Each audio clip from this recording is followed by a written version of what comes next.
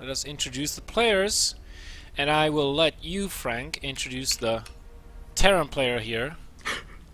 Which one is that? The blue one. Oh, the blue one. Alright, in the bottom right corner of the map are a Dutch Pride Premier League Terran player, Thermal. There we have it, guys. The blonde model. And in the top, it is the green Terran player from EC Visualize. It's Dazzling Daz. Dazzling Daz. Dazzling Daz. Yep. Oh yeah, I remember that. We certainly did cast this guy before. Yeah, we did. I remember that nickname. I mean, we have a lot of nicknames this year. We have, what do we have? We have the Dazzling Daz. We have the Afro Toss. What else is there? I was gonna say Shot, but yeah, but that's not really a nickname. Exactly, that's his name. We need to figure out a nickname for Shaq, by the way. Yeah. We need to slam a good hashtag onto him. Year of Shaq will not suffice. No. Nope. That will not suffice at all. Alright, so it looks like we have a gas before barracks for Thermal here. Might go into a quick factory. In fact, I'm almost positive that he will. A little bit of a more conservative opening here for Daz. Very conservative, because this is not a gas on 12. That's a gas on 14 or something like that. So he's not going to have enough gas for a Reaper when the barracks finish. So very, very conservative. He's probably going to be looking for a quicker expansion as well as a result of that. Might pay the price, because if Thermal will go for tanks and Banshees or Hellions and Banshees, which it looks like what he's going for, then Daz might be in some trouble. Yep, and Daz spots the factory going down right away, though. So that's good news for him, but still, he's, yeah, like you said, he's playing very conservatively, and he's going to have to defend with it. Of course, he doesn't exactly know what is going to come up, but seeing as how it's only one gas from Thermal, what are his options, Bell? Well, he can go for Hellions, which I'm almost positive he will, and then he can either go for Medivacs or maybe even for Banshees, but for that you would kind of need a second gas, maybe. Well, if you're going for Cloak, you would. If you're not going for Cloak, you can pull this off of one gas, if I recall correctly. And there's the starport being queued up. And we'll have to see what kind of add-ons get slammed down by Thermal once this Marine pops out. He'll be at 50 gas. Let's see. It's going to be... No, another Marine? Okay. So probably the starport will have an add-on of its own. There's the expansion for Daz. And he has to read this right. He's getting a factory of his own, and you know, I'm kind of wondering: is he going to go straight for tanks, or is he going to build Hellions of his own? He's going to have a lot of Marines, but against Hellions, Marines don't fare that well. And since Hellions are faster than Marines, if you move out on the map, like Daz is doing right now, you are running the risk of losing every single Marine because you can't retreat. Yep. Well, yeah, this is a tough position for Daz, and lots of his Marines very low on health, and his starport is nowhere near finishing. In fact, it hasn't even started yet. He might even lose all of those 4 Marines. Look at Thermal looking for that kill. Yeah. Ooh, 3 of those so low on health. Yeah. Thermal backs away, however.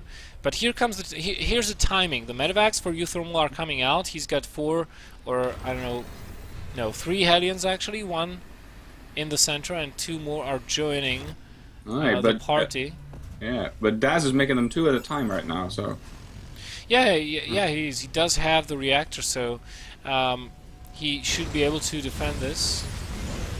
Okay. But the Banshees will be following this up. Yeah, he's got his Marines in the mineral line. Oh, the bunker never finished at the natural base. Okay, here comes the Medivac with more Marines for Thermal. Yeah, Thermal is in a pretty good position. It's going to be an even fight here. Yeah, but he's delaying mining here. That bunker would have made so much difference, and all those damaged Marines from Daz falling so quickly. But all of his Medivacs, Hellions actually also going down. That was very good piece of target firing here from Thermal. Immediately clicking on that Hellion once it was in range. Because otherwise those Marines would have taken a lot more damage. And look at this, the army supply is 7 to 10. In the very least, Daz is not going to be able to mine from the natural expansion until he has enough units to defend that. He's making a Viking, that's a very good call. He knows Banshees will be on the way, but Euthermal's natural is almost finished. Ooh. And if he keeps up the contain, he'll have an advantage in economy. Yeah. Daz got off one really good shot on those Marines in the line in which they were standing, so it did all the damage it could, but still got pushed back. And this is a very small force from Euthermal, but still it's pushing up the ramp. Ooh, I think it's time for it to retreat right now, especially with the Viking there. He's going to boost away on that medevac, but he did so much damage. 1,251 resources lost for Daz, only 400 for Euthermal. This has been definitely worth it. And he killed 3 SCVs on top of that. He is 30 to 28. And now the Banshee comes in as well for Euthermal, and it has Cloak. Yeah, it does. There is a missile turret in the main base, but still it can be problematic. Oh, needs to keep the Banshee alive, however. Oh, I think he will, yes. Yeah, this is very bad here for Daz. This is very bad, very bad. Very bad. The Viking cannot... I mean, look at the positioning of Euthermal, that's just beautiful. Marines to the top and Banshee below them, which means the Viking cannot close in on the Banshee, even despite the fact that Daz does have enough for scans. He needs to scan now. 2 Vikings though, and they're going to take out all of the air units from Euthermal, so Euthermal's down to just those 4 Marines there. And Daz did manage to save his orbital command, but yeah, Euthermal's now up on 2 bases, mining happily, so I think, I mean, looking at the supply as well, I mean, it's doubling. No, not doubling, but getting there. So yeah, it's definitely getting there.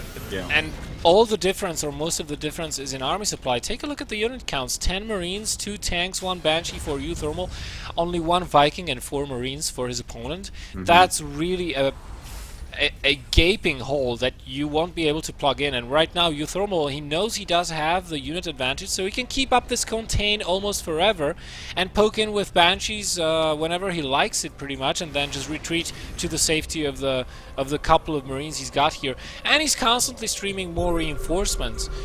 He's working off of 3 barracks, and we all know how very good his macro is, so I don't fancy Daz's chances of breaking out anytime soon. No. I think this in fact might be it, because he's going to lose part of his production facility. These units not going to do too much. In fact, the Banshee will survive, and there's a mule from Euthermal. That's just they're just putting salt into the wounds of Daz here. Daz a Banshee of his own right now. Cloak is just about to finish. Yeah, SCV's being pulled. This is not good. They're going to take out the tank. That's a very good move, because tanks cannot fire in close proximity of their targets. But everything else is just no. This is not going Daz's way. He was kind of hoping for the Cloak to finish, and maybe then he could somehow defend. But Euthermal being adamant about taking this game, dropping a single. a second Manor Mule. Finally, Daz typing GG, well played, and AT Gaming taking the series 3-1.